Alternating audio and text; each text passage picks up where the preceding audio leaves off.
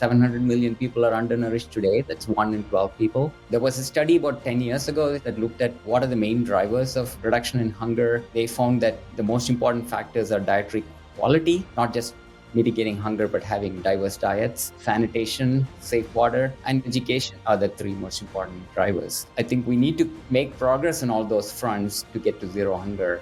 But the real challenge is doing that while also making agriculture more sustainable, providing food that's affordable to most people, and so on.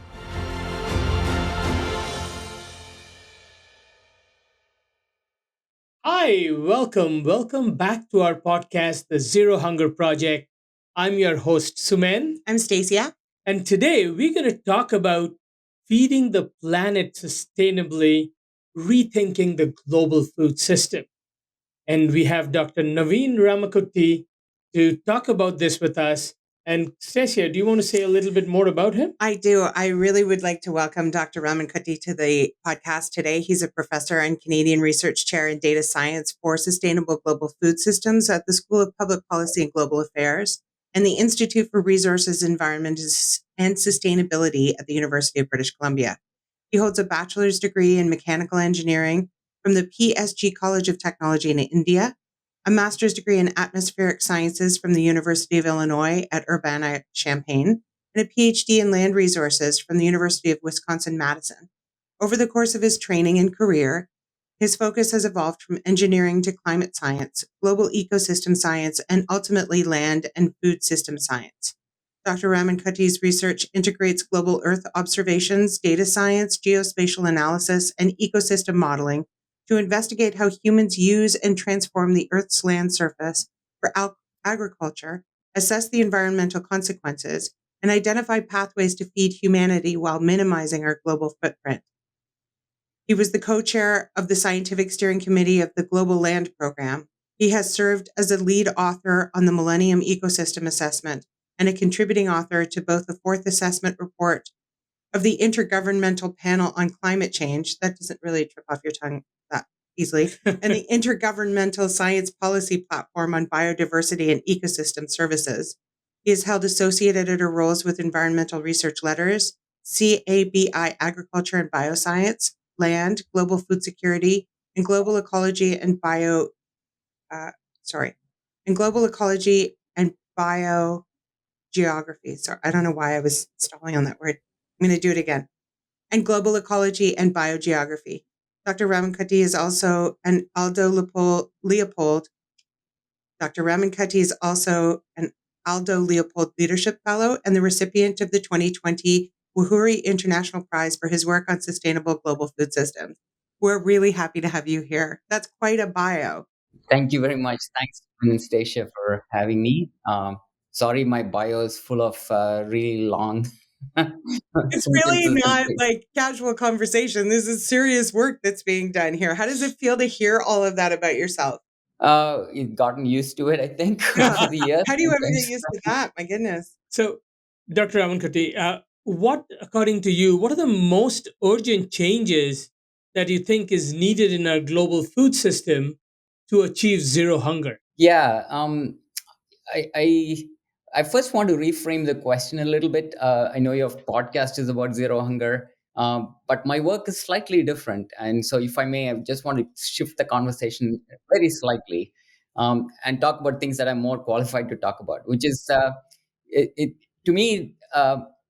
It's zero hunger is super important, but it's not just about zero hunger alone. It's also about getting to zero hunger while at the same time making our agriculture and food system more sustainable. So, in some ways, the problem is more challenging because we have multiple goals. Um, on the zero hunger question alone, I feel like we actually made a lot of progress towards mitigating hunger over the last decades. It's not over, but if we actually think about how many people are undernourished today, I looked up the latest numbers from the Food and Agricultural Organization. Is say what 700 million people are undernourished today. That's still tragic in some ways. That's 1 in 12 people. But if you go back and look at what it was in the 1970s, it was more like 1 in 5 people. So in some ways, we've actually made progress at mitigating hunger, and we need to keep doing that. And some of the, we kind of know how to do that in many ways. It's about getting people access to food. Um, there was a study about 10 years ago. It's one of my favorites that looked at what are the main drivers of reduction in hunger um, over 3 decades or so. And they found that the most important factors are dietary quality, having not just mitigating hunger, but having diverse diets, sanitation, safe water, and women's education. So the kind of care environment they said are the three most important um, drivers. But coming back to my first comment, yeah, I think we need to make progress on all those fronts to mitigate, to get to zero hunger. But the real challenge is doing that while also making agriculture more sustainable, providing farmers and farm workers with good livelihoods, providing food that's affordable to most people, and so on. So nothing really. We don't have to do anything. It's fine.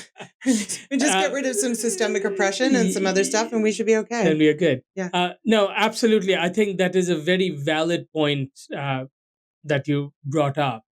Zero hunger, always, there is a lot of nuances around zero hunger. Mhm. It is not one size that fits all by any shape or form, and doing it responsibly. Right. Making sure that we have zero hunger, but we also have a world to live in where we're going to eat. And to understand that is certainly a very interesting and complicated topic to discuss. I think the point is that you can't do anything at all costs, right? I mean, there has to be like, yes, we want zero hunger, but it can't be zero hunger at all costs. No, because that will degrade the planet. And but you can never have zero hunger if it is at cost, right? Dr. Navin, is that In the long run, yeah? that's right. In the Yeah. long run, that's not going to work. Yeah. So we really need to figure out that balance. Yeah. What that means. We had a guest on who talked a lot about. We've had a couple of guests actually.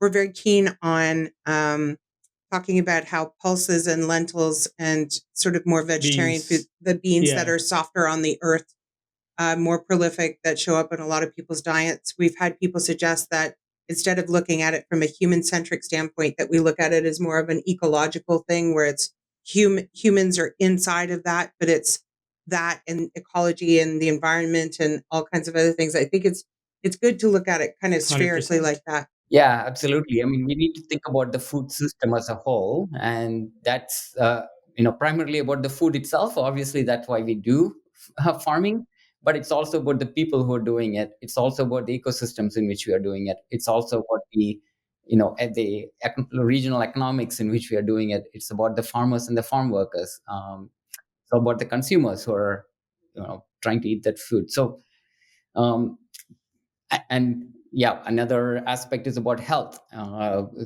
People's health is related to nutrition. Health of farmer workers is related to the type of farming they do. So there's all of these things are mixed in.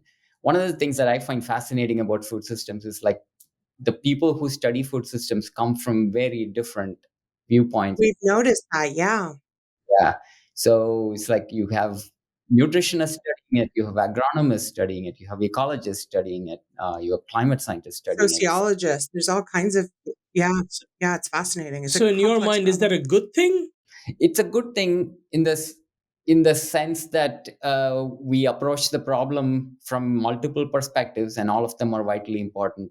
The challenging thing is, of course, we all bring our own lenses, and so conversations can also become challenging. Yeah. Exactly. And this brings me, because we have had this kind of conversation on our podcast before, this whole debate around scaling industrial agriculture or and supporting smallholders or local farming system. Like, what does the evidence say about which model is more sustainable and effective to feed the world, not only today, but even 20 years down the road?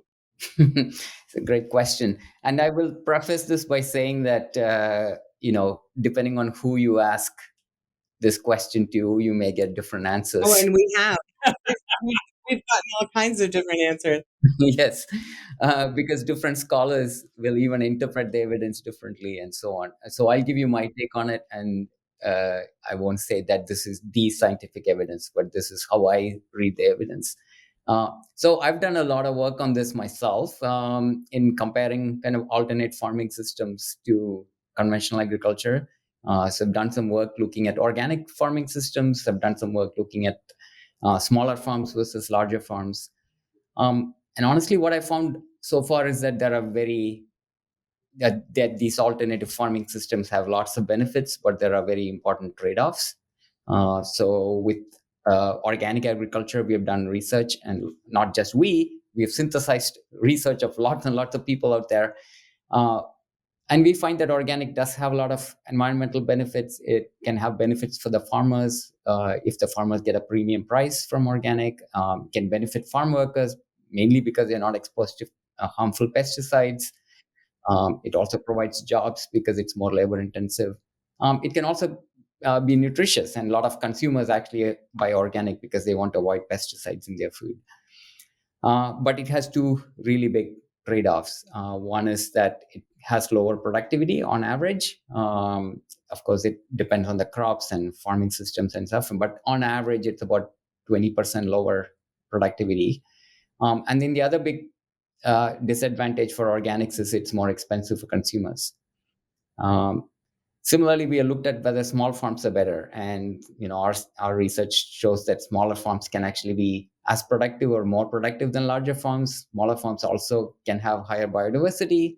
Um, there's pretty good evidence for that, but for a farmer to survive as a small farmer is difficult. So there's incentives for farmers to get bigger so they can earn a livelihood. So, do you think by 2050, if we are have to feed 9 billion people in this world, can one or the other make it work, or it has to be both and everybody needs to work hand in hand? What's your opinion on that? Yeah, I feel that we have two things we can do. I don't feel like we need to completely transform our food system to an alternative system. We can take the system we already have and make it better. So we can take conventional agriculture, we can reform it, we can change practices and make it better. Or you can start with the alternative farming system and also work on improving its productivity and its ability to uh, provide nutritious food at lower costs and so on. So part of me thinks that this debate is maybe not worth having in some ways. Like the farmers can decide what they feel is their thing. So if you have a conventional farmer, work with them to make their farming system better. If you have an organic farmer, work with them to make their system better, instead of trying to argue with them about which farming is better. And also, we need to keep people farming, right? I mean, that's also a big That's a problem whole is that there are a different. lot of generational farms, at least in Canada, that are being given up because land is too It's expensive. across the world. I'm sure it is, but I Yeah. mean, climate change, which is something I'm going to ask you about in just a minute, has had a massive impact on yield and land availability, and there's all kinds of reasons why people are walking away, and they can sell their land to developers, right, for more money than they'd ever make farming. So it's a real problem. Yeah, farming is a hard job, and it's also uh, it doesn't provide a good livelihood. So it's hard to ask farmers to keep farming. My own family, my grandparents were farmers in India, and none of our generation is farming now. Like we sold all the land because that's not what most of the kids are aspiring to. Um, yeah, so you're right. Like in Canada and North America and many parts of the world, farmers are getting older. The average age of the farmer is older because young people don't want to go into farming. And the size of the family is smaller. Like 100 years ago, people were having way more kids because they needed them to help farming, and so there just aren't enough people to contribute to the family. Yeah. It's tricky. In your mind, what is the solution? Yeah, this is a challenging one. I mean, there's I don't know if there is a simple solution to this. I see some promise in that younger people are getting back to farming. So I have one student I actually have two students who are currently farming, and it's nice to see them going back to the land.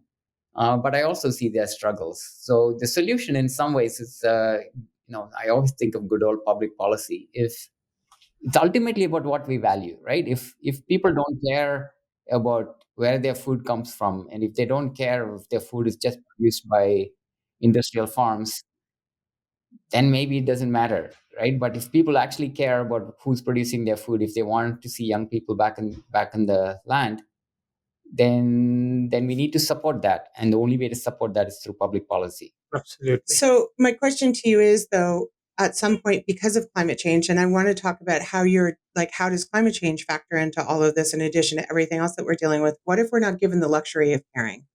What if we get to a point where we hit critical mass and we have to stop caring where our food comes from because we just don't have any other choice? I hope that's a little dystopian. I hope we don't get to that point where I hope so See, too. I normally I go light and Sumi goes dark. I'm the dystopian and I one. just went hardcore dark. But Exactly. I mean, maybe that's We reversed our role here. We did, yeah. uh, yeah, I hope we don't get there to a point where we are, scraping for food. I don't think we'll be there. I think what we're going to see is that there will be the. I worry a lot about inequality, right? There'll be some people who are doing really well and other people who are not. I think that goes for farming too. There'll be some farmers who will profit from, who'll continue making a lot of money, and there'll be other poor farmers who are not. And so that's what we probably need to worry about more. Um, Again, I think it's what we care about as a country. Like we make these kinds of uh, decisions at national level. So as you know, in Canada, we can think about what we want our farming system to look like, and we also have obligations to other parts of the world. Talking about climate change, the biggest problem with climate change is people who are suffering from it and people who are causing the problem are in very different places. So what obligations do Canadians have to support farmers in sub-Saharan Africa or Asia or Bangladesh? Or those are the kinds of questions.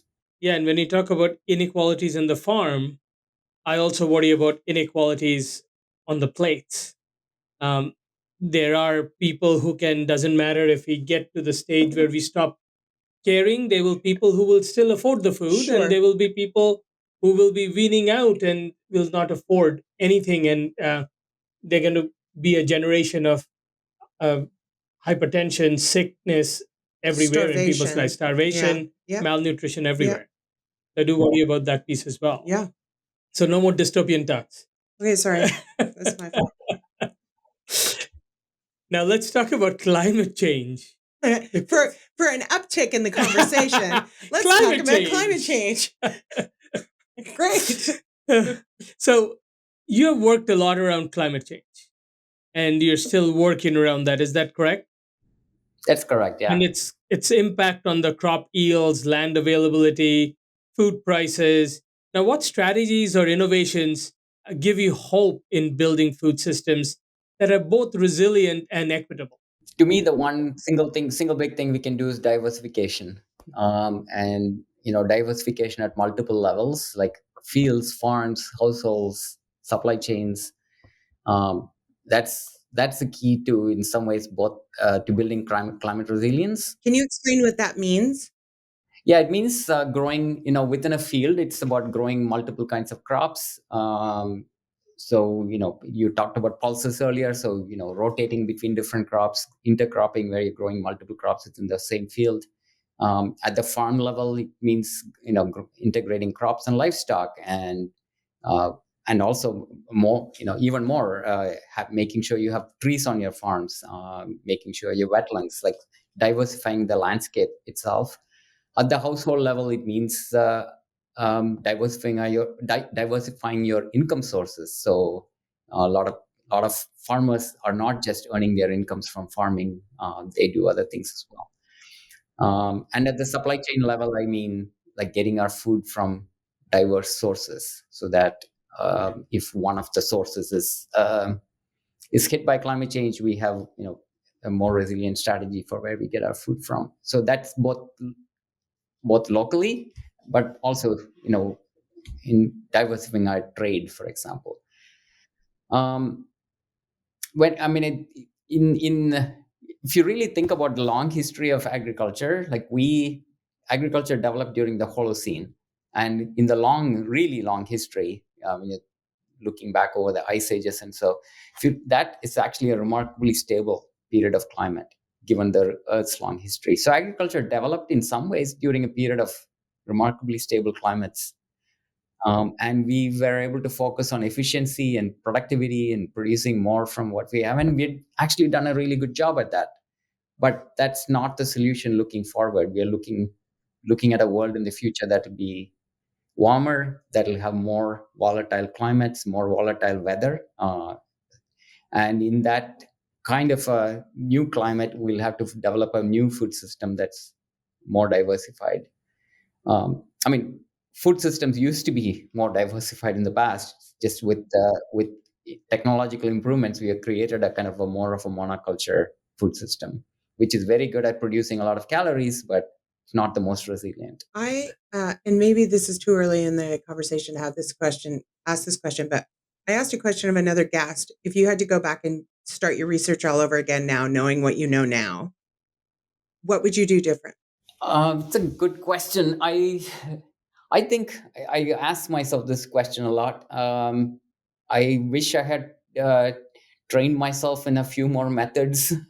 I don't think I would change the questions I ask. I'm still very interested in the questions I ask. I think they are very important questions. Uh, but I do have some limitations in the way I approach problems just because of how I was trained. And now I'm in my mid 50s. It's harder to retrain myself. Uh, so sometimes I have regrets about not taking a qualitative methods class or a survey design class or a stats class. But the way I approach it now is working with a diverse group of students who are better skilled and better trained than I am, and then I can work with them in collaborative projects. Same thing, we have colleagues. I have really good colleagues who I can work with to ask questions that I'm not able to answer myself. Interesting. That's an Yeah, interesting it's approach. a very interesting. Mhm. And Dr. Ramankutty, you were talking a little bit about diversification. Now, when you talk about diversification, especially on the farm side of it, does that really mean that diversification will need more infrastructure? And do you think if it does, then do you think the farms do afford that more diverse infrastructure? Yeah, absolutely. So again, I go back to my public policy question, mantra, right? So um, there are different ways of asking this question. One is like, if diversification is so good, why don't farmers do it? Right? There's a study that just recently came out last year published by a whole bunch of colleagues of mine that suggested that diversified agriculture can be both beneficial for sustainability but also beneficial for farmers. That it's actually a win-win. So then you can ask, if that's the case, then why don't farmers do it, right? And partly it's like they're locked into their systems. If you've invested in an agriculture, you bought tractors, you have barns that are all invested in to do one kind of system, and suddenly somebody says, diversification is good for you. It's very hard for a farmer to kind of reinvest in all the infrastructure they need. So absolutely. So I come back to uh, how do we move out of this? How do we get out of such a locked in system? And one of my postdocs is actually asking this very question, like, what are the drivers of lock-ins and how can we unlock these systems? And sometimes it's waiting for opportunities. So sometimes shocks can actually be useful way to unlock systems. So we know that when COVID happened, it was drastic for society, but there are certain things that changed in the way society functions because of COVID. For example, this podcast that's online. Um, so there is some evidence that sometimes certain crises, during times of crises, you can take opportunities and unlock systems. But we don't want to wait for crises to unlock systems. So I come back to public policy. So if we as a society value diversified agriculture, and we know that farmers can afford to do that, then we should design public policy that incentivizes farmers to do that. So, what's the holdup? Why It comes back to, political will? I mean, Say political will. Susan and I came up with this joke that every time somebody says political will, we're going to do a shot. It's like a drinking game because all we talk about on this podcast is political will. So So I'm we like, do it come with on, coffee. with okay, fine. He does it with coffee. But it, like, why this seems kind of like a no brainer in that regard. I don't know what is the resistance. I mean, part of the resistance is I don't know whether policymakers are actually convinced that diversified agriculture is the way to go. Mhm. And the second resistance is that is about designing a policy where farmers would willingly take that up. It's a challenging thing. Like if you're a farmer in, say the heart of Manitoba, Saskatchewan, and culturally around you, everybody's doing the same kind of farming. And if you want to switch to a diversified agriculture, you're going to get laughed at. So there's a cultural angle as well. There's a peer pressure angle. So changing the system is really challenging. I'm not saying that there are easy answers. But You're probably up to your eyeballs in debt, Yeah. right? To your point earlier, where you were like, I've invested millions of dollars, literally, if you're one of those big Saskatchewan farms, in a particular type of agriculture. And now you're asking me to flip that around. So that's where it's not just about policy, but it's also about subsidies. It's about all kinds of other things because you have to incentivize farmers to give up something that has been intractable possibly in their family for generations. So I see your point. It's a real problem. Now, your research, have you done a little more global research as well, other than Canada? And what do you see is the difference between Canada and, if you, let's say, in sub Saharan Africa or in Asia, are the challenges very similar that you see? yeah, so no, the challenges are quite different in different places. So my work in the past used to be global in the sense that I was looking at the planet as a whole. And then since then, I've done some work in India, some work in Canada, not much work yet in sub-Saharan Africa. The challenges are very different in different places. So, and I focus on the environmental side of things. So in North America, the big problems are of overuse of fertilizers, pesticides, and so on. And so the problems are of uh, water quality and greenhouse gas emissions. In a place like India, the huge problem is of groundwater depletion, and of course, lots of small and poor farmers. Human exploitation must be a huge problem. Yeah, in some ways, it's human exploitation. There are a lot of farmers who are in rented lands, and they don't have a lot of control over what they grow. They are in debt. So the Indian situation is very different. Yeah. Yet, a huge amount of farmers huge amount of people earn their livelihoods from farming. So it's not easy for them to transition away. In Right. North America, very few people are farmers. So it is a different context. So in terms of thinking about solutions, this is the other big challenge: is that there are no panaceas because each region has its own particular challenge, and we have to come up with different solutions for different places. It's a really complex issue. And especially when you're looking at the global map and you're trying to figure out 30, 40, 50 years from now, 60 years from now, what that looks like. Yeah. There is so many different things you got to juggle with. Yes. It's complicated. How do you think technology is going to help? Yeah, I think technology. I always have I think it's a double-edged sword. So it depends on the kind of technology. I think there are technologies that can help, and there are technologies that will also be harmful. So, for example, there is a lot of fascination now with sort of indoor farming or vertical farming. It's a technology. Uh, do I think it'll be helpful? I'm not so sure because I'm skeptical about it because we have free sunlight for farming, and instead you're closing yourself off from that sunlight and artificially using lights to grow your crops. It's a niche, kind of a niche product for me. uh, it, so I don't have big hopes that some technology like that will help us. But at the same time, now there's also like people are producing artificial meats, right? Plant-based meats. Shifting diets to more plant-based foods can be a huge benefit for sustainability. So but people don't want to stop eating meat. So it's kind of interesting that people are now creating the experience of eating meat but using plant-based sources. Where that technology goes, I'm not really sure, but one of my students is studying that as to look at its potential. So it really depends on the technology. Question depends on the technology. It's hard to answer as a, overall. yeah, without thinking about which particular technology. But a very layman question I'm going to ask you, and I'm sure a lot of our audience are just, they are not in this industry, but they're listening to it. When we talk about plant based meats, how good is it for the environment if you look at the production and all of it versus actual meat? Is that really a major difference? Yeah, it seems like it is really a major difference. So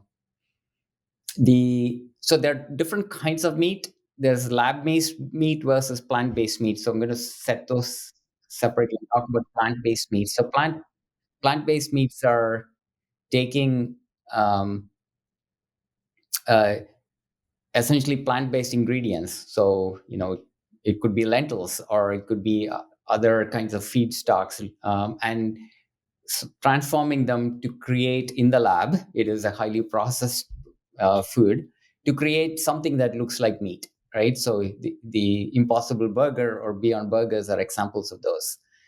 And so those are much more efficient. They use far less land, use far less greenhouse gas emissions, Even far with less the water. processing, it's less. Even with the processing, indeed, yeah. And that's because, stepping back to the fundamentals, right? When you eat meat, let's say it's chicken or pigs or livestock, whatever, you have to feed them, Mhm. Yes. and you feed them plants. But then those animals are alive, they move around, they live essentially. And in that process, they're using up the energy. So they're using the energy to live. And so the energy we get out of eating those animals is far less. So you feed some energy to the animals, you only get, say, a tenth of the energy back from that animal. So it's a classic ecological system. The people used to call it trophic levels, right? Anytime you eat higher up the trophic level, there's a roughly a 10%, only 10% of the energy gets passed on. So directly eating the plants is more efficient. So making meats from the plants, even if it's processed, but without having it go through an animal, is still more efficient. Now, what about the lab? I want to. That kind of blew my mind a Yeah, little bit. that If you blew don't my mind me mind saying, too. like, that was remarkable. Okay, Yeah. now Now, what about lab yeah. grown? Yeah, so the lab-based ones, I don't fully understand them, but they're essentially making. I think they could still be efficient. I haven't studied it, uh, but they're making essentially synthesizing sort of meat in the lab, like muscle tissues and so on and so forth. I suspect it's a little bit more processing, but it still might be more efficient because it's avoiding the loss and efficiency from going through an actual animal that needs to live. Can you process nutrition? Apparently so. They're the one of the guys who created the Impossible Burger. I heard him give a talk once, and he claimed that he can make a burger that's better for your body than a real burger, right? Because he can process it exactly as you. He can reduce the salt, he can reduce the fat, he can make it even better. That's a claim. I don't think I've seen any studies of the health outcomes of these different products. Interesting. That did blow my mind. So, okay, I'm going to ask you this question because I ask a lot of our guests this. You get into an elevator and you see the Prime Minister of Canada in that elevator going up five stories. So you literally got 30 seconds, 40 seconds, and you have one policy that you want to advise him on. What would that policy be? This is a question I get all the time, and I don't have a really good answer, I must say. I'll probably be tongue tied. You just might be in UBC. I think the one thing I say often is like, it's a more general comment than a specific comment. It's like, we need to focus more on public goods problems, right? And especially in Canada, I find that I come at it from a perspective of a researcher. There's all this clamor to do public-private partnerships because the government realizes there's a lot of money in the private industry, and maybe we can do public-private partnerships. There's a lot of research funding for those kinds of things. But then you skew the questions that people ask to private interests when you design the public-private partnership. So public goods research, like things we care about as a society, often gets left behind. Um, so I would suggest a policymaker to focus on public goods problems because that's what they've been elected to do, and maybe not listen to the private industry so much. And I have a good example for a good policy: the Canada's Food Guide, which was released 4 or 5 years ago. It's a really good evidence-based food guide. And one of the ways they managed to actually build that was by explicitly not consulting with industry. Very different from the one before. Very different from the one before. They decided not to have meat and dairy as a category. They said, of course, we need protein. So they said, you can get your protein from multiple sources. Some of them can be meat, some of them can be pulses and plants and other sources. Yeah. No, I certainly like the guide a lot better than what it used to be. Yeah. Totally makes sense. I have two questions for you. The first question is, what are some of the projects that you're working on that you haven't been able to talk about? Is there something that is happening right now or something nobody asked you about? And my second question is, what is the best case scenario outcome for you with your research? Can you repeat the second question, please? The second question is, what is the best case scenario for your research, for the outcome of your research? Yeah, so I touched on one of them earlier, the idea of looking at plant-based meats and alternate kind of meats. So I have a student working on that right now, asking what is the potential for that to reduce our impact on the planet. Looking at Canada specifically to ask if all Canadians switch to eating more plant-based meats, how much can it do? So that's kind of interesting. I also have another student looking at work in India, looking at diversification. Like, can we actually in this particular case actually focusing on pulses and oil seeds to ask, the Indian agricultural system is another one that seems very entrenched in kind of a wheat rice system and with lots of issues, including groundwater depletion and air pollution. If you look at what's happening in Delhi right now, air quality is some of the worst in the world right now. And a huge reason for that is kind of regional air quality due to agricultural waste burning. And that system is locked in again. It's very hard to move. And so we are trying to ask, how can we actually try to unlock that system through diversification? So I'm excited about that project, see what comes out of it. The bigger kind of question of what should we ask is we often work, and it's including myself. It's a question I don't ask myself often enough. Is like, what kind of food system do we actually want to build? And I think that's a question we need to ask ourselves more. And thinking forward, not just in the next 10, 15, 20 years, but thinking about 50 years, 100 years, 200 years from now. What do we want the food system to look like? And that's ultimately about our values. And of course, everybody has different values, but that conversation, I think, is something we vitally need to have. Yeah, it's a worthwhile conversation for sure. As was And this. It was, but I love the idea, and I haven't thought about this answer for myself either. right. The values, what do I want to see 100 years Yeah. from now? Mm-hmm.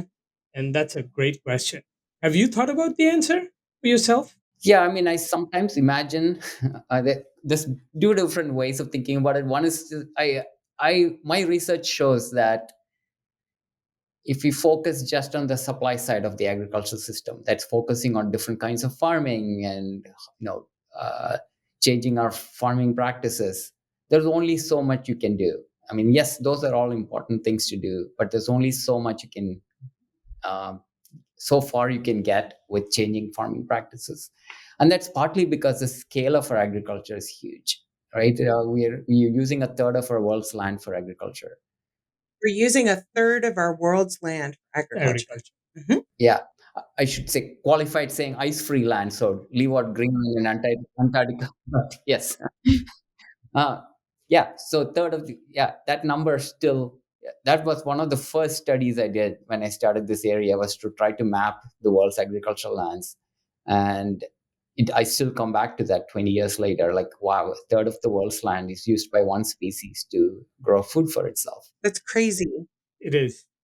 It is, and so until we can reduce that footprint, whether that third is grown organically or whether it's grown conventionally, I feel like it's not that the footprint itself is huge. And the only way to shrink that footprint is by shifting our demand. Again, some crazy statistics, right? It's estimated that a third of the food globally is wasted. So we use all of these resources to produce all this food and then we waste it. The estimate in Canada is 50%. So that's insane. It It was is 54. Now it insane. came to 46 something, but it's right there. Yeah. Yeah. When Half you of our consider food. that there is enough food on the planet to feed everybody. The Yeah. irony about Canada is almost 50% food is wasted, while 1 in 4 Canadians go to bed hungry. Yeah. Yeah. Just that line And itself. the thing is that the thing that frustrates me as somebody who looks at things through a lens of social justice is that there's so much of that has absolutely nothing to do with food. Yeah. Right. Right. And Absolutely.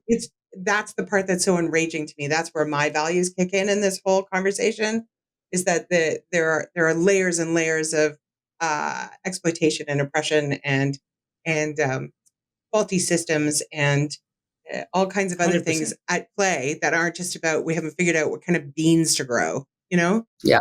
Yeah. Absolutely. Yeah. This is amazing. Thank you so much, Dr. Ramankutty, for your time. Yes, it was a great This was an conversation. amazing conversation. Mhm. I learned a lot Yeah, from this for conversation. sure. I'm sure our audience learned a lot as well. Thank you for your time. We really appreciate this Thank you very much. Thanks for having me. I enjoyed the chat as well. and Keep, wish you great day ahead. yeah, Thanks. take care. Take care. Yeah, you too. What did you think of this? I just finished saying to you that you should invite him to join your coalition. Absolutely. I think there was so many interesting points that he literally punched us with. Yeah, that's what we were saying. He was quiet, but he packed a punch Certainly. with And his information. there are things I had no idea about. Yeah, We have 1/3 of our usable land in agriculture. yeah, However, 700 million people yeah, do not have enough food to eat. yeah. Like, how does this even I don't. work? The vastness, this sheer scope of the research that he's doing to me is like it's mind blowing. And it is. And for a common person like me, Yes. just hearing this statistics, for example, Yeah. it blows my mind. Yeah. Like, how? Why? Like, why are we using so much land to grow food, but it's still so many people are hungry? What is going on? Because the rest of the money food we are throwing away. Yeah, and I mean, I'll go back to what I said during the interview, which is that it's not just about the food, No. right? There's so many other systemic problems that we're facing at the Absolutely. same time that are barriers to people getting clean water, healthy food, sovereignty of any kind, right? We have a lot of huge social problems. Absolutely. One thing I always say that food insecurity is not a food problem in Yeah, many cases. That's right. And stats like this prove it Yeah, very loud and clear that it's not. yeah, There's a lot of more issues that you're talking about yeah. is what causes the root causes of food insecurity. Mm-hmm, And unless and until we tackle all of them, mm-hmm. we can grow as much food as we want, we will still not have zero hunger. Yeah, because you have to factor, equity into that. And I Absolutely. think that's really one of the major components that's missing across the board when we're talking about these big Yeah. ideas, these big social changes. Yeah. The other thing that blew my mind was the whole thing about plant-based meat and meat. I have feelings about that. Yeah, tell me about it. I really do want to hear because I do too. And I am also not a scientist of any description, so I can't speak from anything. My own feelings on the thing are, it creeps me out to eat food that was made in a laboratory. However, if that's where we're all going to eat, No, but okay. Just to rephrase this, I'm not talking of the lab grown meat. okay. I'm talking about the plant based meat. Oh, So that's what I'm. plant based. That's what I'm trying. I think we should call it pleat. I don't think you should call it meat. No, I think we need to change the name. pleat. Pleat. Maybe we should work. Okay, can we hashtag pleat on we this? need to Hashtag workshop pleat? that a little bit, maybe, because pleat Pleat. isn't great, but it's not meat. No. But I have very little feelings about. I think vegetarianism has been around since the beginning of time, and I don't know why somebody would need it to look like meat. That's my question, and not an issue. I wouldn't say it's an issue. Yeah, But that's my question: is vegetarianism? Yes, fine. but why do I need my vegetable burger look and taste and feel like a meat burger? Yeah, so That is where my question. So that is. would be a question for a vegetarian. Yeah, and that is what I struggled even years ago when we used to work at and this I'm going back 20 years. Yeah, there was these vegetarian chicken strips. Yeah, gross. When we used to make stir fry with it. Yeah. It was Eves at that time Oh who yeah, was I've had making some of those. them. Yeah, and I don't know if they weren't still actually do it. gross. They were pretty good, actually. They were pretty good Put taste some wise. hot sauce on there. Yeah, we used to do stir fry Texture with is it. a little weird, but the taste is okay. But the struggle that I always had is for vegetarians. Why do you want to look and feel like a chicken? Yeah, when you're a vegetarian? Or what about a vegan? Even Exactly. I don't know the vegans answer. who have eaten food that looks like sausage and Yeah. looks like chicken, and if that's such a negative concept to you, why? I mean, that's it's a I good don't know. question. Who do we ask that question to, actually? Because for somebody who's probably living that lifestyle yeah, for various reasons, and I don't know the answer, but okay, but if somebody's watching this and you are a vegetarian please or vegan, write a comment. And you eat that kind of food and you enjoy it, can you please tell us why? Because I'd really like to know. I find that Same very here. interesting. I genuinely want to know. Yeah. When I had my restaurant, we had a veggie burger. Yeah. And on principle, I did not want to generally use the soy-based veggie burger. Yeah. Because for me, it was too close to meat burger. Yes. So I used to cook the lentils, get vegetables, chop them up, and then make a patty and do that as a burger. Because for me, that was more real. Yeah. And I loved my own veggie burger. And also, I think people loved it too. I've had veggie burgers made out of mushrooms, for example, which are delicious. Umami, get some umami in there, so and good. it's fantastic. Yeah. So yeah, absolutely. As you said, if anybody's watching and have a comment who enjoys that, we genuinely want to know. We are not just trying to make fun of this. Yeah, no, not at all. That's not what all. this is about. It's more of an understanding from somebody else's perspective. I am not a vegetarian. Exactly. And I don't understand what the appeal would be. But yeah, I think this was a great conversation. Yeah, another fantastic conversation. Yeah. And when you look at all our episodes, you can see the diversity of our guests. It's really remarkable, Suman. I mean, congratulations on putting this all together. We have a great team who does that. And and they do a really good job. And it's the quality of the people that we're getting on this podcast and how unbelievably bright they are and how engaged they are with what it is that they're doing is really unparalleled. Like it's really impressive. Exactly. And those who are following us and watching us, I'm sure you've learned a lot, just like we are learning every episode. And if you're not following us, please do so. Zero Hunger Project. There'll be a lot more episodes coming. Follow us. Till then, next week. Bye.